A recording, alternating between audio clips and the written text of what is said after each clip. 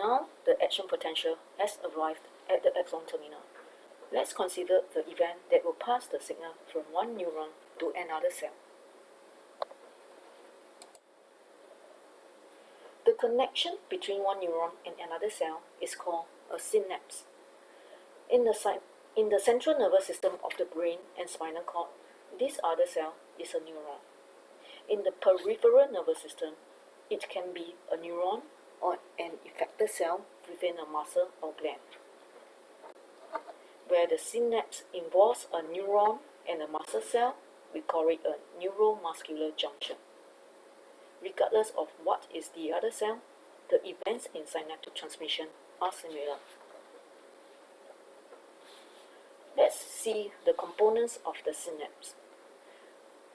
The axon terminal is also referred to as the presynaptic terminal. The receiving cell is called the postsynaptic cell. Its membrane is referred to as the postsynaptic membrane. The gap between the neuron and the receiving cell is the synaptic gap or synaptic cleft. Now the sequence of events in synaptic transmission. First, an action potential arises at the axon terminal. This triggers the voltage-gated calcium channels to open because there are more calcium ions outside than inside. Calcium ions rush into the axon terminal. Calcium ions then cause the synaptic vesicles containing neurotransmitters to move towards the presynaptic membrane, fuse with it, and release the neurotransmitters into the synaptic gap.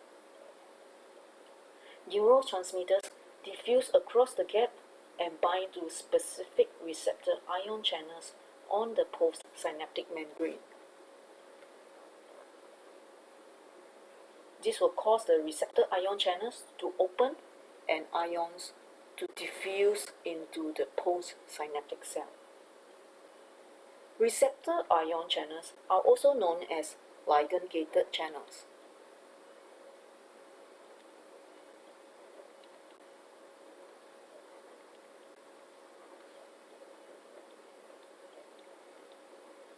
They open only when a ligand, the neurotransmitter, binds to them.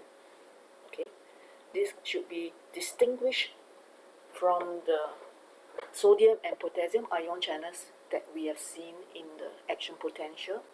Those ion channels are what we call voltage-gated ion channels, which are sensitive to the presence of ions.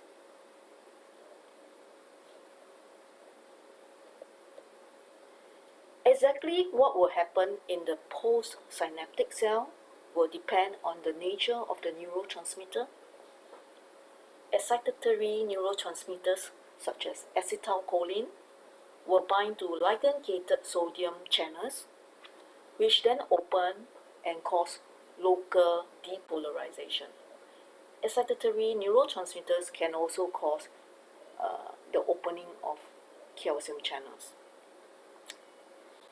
depending on the type of neurotransmitter. So this will generate a very small depolarization.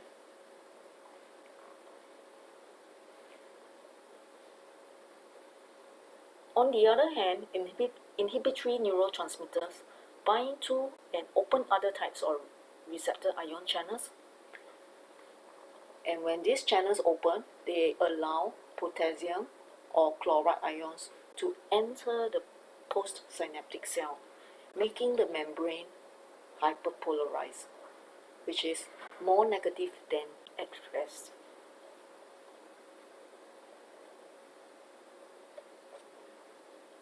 How to terminate the synaptic transmission? The neurotransmitter can be broken down by an enzyme. For example, the enzyme acetylcholine esterase breaks down acetylcholine. The neurotransmitter can diffuse away from the gap. And lastly, the neurotransmitter can be recycled or endocytosed back into the presynaptic terminal. In the case where the postsynaptic cell is a neuron, the receptor ion channels are found on the dendrites or cell body. So the postsynaptic cell will receive both excitatory as well as inhibitory neurotransmitters at the same time and generate localized EPSPs, also known as excitatory postsynaptic potentials, or IPSPs, inhibitory postsynaptic potentials. The EPSPs and IPSPs are summed up at the axon hillock, and once the threshold of minus 55 millivolts is reached, the axon will fire. If the threshold is not reached, then there is no action potential. Okay, so you need to sum up the EPSPs and IPSPs. When it is more than or equal to the threshold of minus 55 millivolts, depending on the type of neuron, then you will get a action potential generated. And once the action potential is generated, it will travel from the axon hillock towards the axon terminal without any break in the transmission.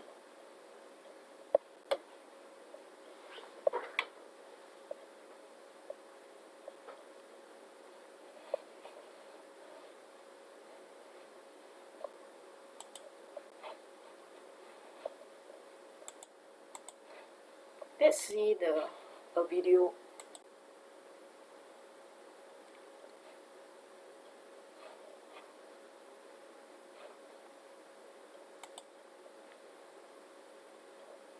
Let's watch now a video of synaptic transmission.